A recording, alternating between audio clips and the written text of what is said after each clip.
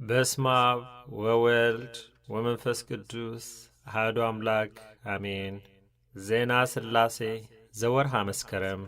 አንድ አምላክ በሆኑ በአብና በወልድ በመንፈስ ቅዱስ ስም በመስከረም ወር የሚነበብ የአብና የወልድ የመንፈስ ቅዱስን ድርሳን እንሆ ማንበብ እንጀምራለን።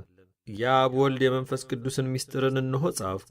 የሰማይና የምድርን ምስጢር የገነቶችን ቁጥርንም እናገራለሁ። ከዕለታት በአንድ ቀን አብ ወልድ መንፈስ ቅዱስ ገነት ውስጥ ገቡ። እኛ ምድርን በአበባዎች ሸለምናት፣ ሰማይንም በኮከቦች ሸለምነው። በሰማይና በምድር ያለውን የዓለማችን ምስጢር እኛ እናውቃለን። ከሰውና ከመላእክት ወገን ሥራችንን የሚያውቀው የለም። ጌታችን ኢየሱስ ክርስቶስ በወንጌል ስለዚያች ቀንና ስለዛች ሰዓት ከብቻው ከአብ በቀር ወልድም ሆነ በሰማይ ያሉ መላእክት ሆኑ የሚያውቃት የለም እንዳለ እወቁ፣ ተጠንቀቁ፣ ትጉና ጸልዩ። አብ ወልድ መንፈስ ቅዱስም አሉ፣ የሥላሴን ምስጢር ከጥበበኞች ሰዎች በቀር ለሌሎች አትንገሩ። ከዚህም በኋላ ከወተት ጋር ማርና ወለላን ወደሚያዘንብ ወንዝ ሄደው ገቡ። ያም የማር ወንዝ የገነት ዛፍን ያጠጣል። የወይኖቹም አበባ ነጭ ነው፣ ሮማንም እንደ ወርቅ ያለ ፍሬን ያፈራል። የገነት እንጨቶች የትርንጎና የሎሚ ሽታቸው ልብን ይማርካልና በአፍንጫ ውስጥ ይገባል፣ አበባቸውም ያብባል። የሱፎችና የተምርም አበባቸው እንደ ቀይ ፍሕሶን አበባ ያብባል። የዛፉም አበባ እንደ ብር አበባ ያብባል። ከገነት ዛፎች ሁሉ ሮማን የተባለው ዛፍ ይበልጣል። ቅጠሉም የሰፋና ፍሬውም የበዛ ነው። ከገነት ፍሬዎች ሁሉ የሱፍ ፍሬ ፈጽሞ ይበዛል። የገነት ዛፎች ያፈሩትን ሁሉ እሱ ያፈራል። የሮማንም ፍሬ እሳት አንደበት አለው። አብ ወልድ መንፈስ ቅዱስም በሮማን ዛፍ ስር መቀመጥ ይወዳሉ።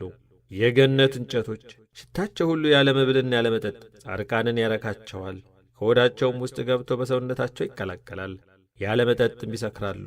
ቅጠሉም ብርን ይመስላል። የግንዱ ቅጠልና አበባውም የእሳት ምሰሶን ይመስላል። መላእክትንም ያስፈራቸዋል። ነቢዩ ኢሳይያስ ዛፉ ከቅጠሉ ጋር እንደ እሳት ምሰሶ ነው፣ የምድሩ መልክም የተለየ ይመስላል እንዳለ፣ የቦታው መጨረሻውና የሮማን ምድሩ ነጭ በረድን ይመስላል። ጣራውም መብረቅን ይመስላል። አጥሩም በሚነድ እሳት የታጠረ ነው። የምድሩም መልክ የመብረቅ ብልጭታን ይመስላል። መልኩ ፍምን የሚመስል አለም፣ ጣራውም ግምጃን ይመስላል። ፀሐይንም የሚመስል አለም፣ የምድሩ መልክም የሚነድ እሳትን ይመስላል። መልኩም ነጫጭ የሚመስል አለም። አብ ወልድ መንፈስ ቅዱስም እኛስ በሁሉም አበባዎችና ፍሬዎች የተመሰገንን አሉ። እንጨቶቹ ሁሉ በቅዱሳን መላእክት ምስጋና ይመሰግኑናል፣ ከፍ ከፍም ያደርጉናል። ዝሆኖችና ኃያላን አንበሶች ነብሮችም ለእኛ ይሰግዳሉ። አስተዋይ ልብ የሌላቸው የበረሃ እንስሳዎች ስማችንን ያውቁታል። ነገር ግን ስማችንን የሚያቃልሉት ሰዎች ከደስታችን ጋር አንድ አይሆኑም፣ ወደ ዘላለም እሳት ይሄዳሉ እንጂ።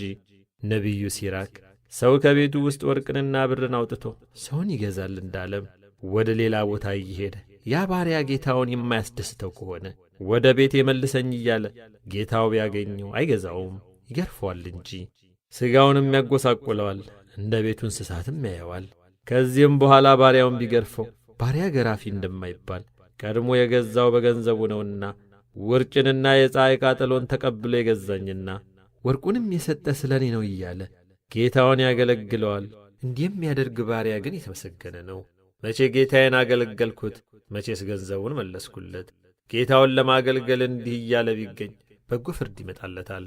ነቢዩ ሙሴ ጌታውንም መልካም አድርጎ ያገለገለውን ባሪያ ከ7 ዓመት በቀር ሌላ አትርፈው አይግዙት።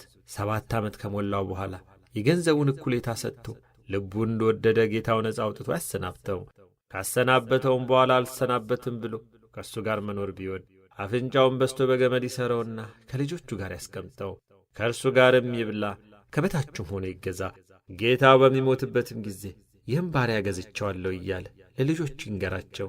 የገንዘቤን እኩሌታ ሰጥቼ ካሰናበትኩት በኋላ ተመለሰ ይበላቸው።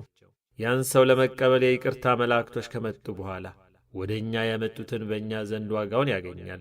አብ ወልድ መንፈስ ቅዱስም መለሱና 7 ዓመት ሳይደርስ በጊዜው ባሪያ የገዛ ሰው እንደማያሰናብተው ከ7 ዓመት በኋላም ባሪያውን ጌታው ሳያሰናብተው ቢሞት ለዚያ ሰው በእኛ ዘንድ ምሕረት የለውም፣ በእሳት አልጋ ይተኛል እንጂ እጁንም እግሩንም ይታሰራል። ባሪያ ጌታው ሳያሰናብተው በሕይወቱ እያለ ቢሞት በጌታው ትከሻ ላይ ይቀመጣል። ጌታውም ባሪያ ሆይ በእኔ ላይ አትቀመጥ ይለዋል። ባሪያው ቀድሞ ያንተ ባሪያ ነበርኩ፣ ዛሬ ግን የአብ ወልድ መንፈስ ቅዱስ አገልጋይ ሆኛለሁና ለምን ክፉ ትናገረኛለህ አለው። ጌታውም ተነስተ ከእኔ ላይ ሂድ፣ ከበጎ ነገር ወገን ለጌቶቼ ምን ታደርግላቸዋለህ አለው። ከፍ ያለ ጌታ ሥልጣኑን ወይም ቀኑን አንድ እንዲያደርግ እነሆ ከአንተ ጋር እግዚአብሔር ተገለጠልኝ።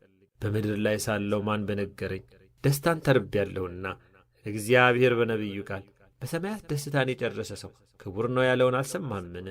ይህንንም ብሎ ከአንተ ጋር ላስተካከለኝ ምስጋና ይገባል እያለ አብን፣ ወልድን፣ መንፈስ ቅዱስንም አመሰገናቸው። አብ፣ ወልድ፣ መንፈስ ቅዱስም ስማችን የሚጽፈውን ሰው በወርቅ ቀለም በመንግሥተ ሰማያት በወርቅ ስሙን እንጽፍለታለን አሉ። በምድር ላይ ቤተ ክርስቲያናችን የሚሠራ ሰውም እኛ በሰማያት ቤትን እንሠራለታለን። መታሰቢያችንን ለሚያደርግ በዚያ ዓለምም ስማችንን ለሚጠራ ሰው እኛ የእሳት ባሕርን እናሻግረዋለን።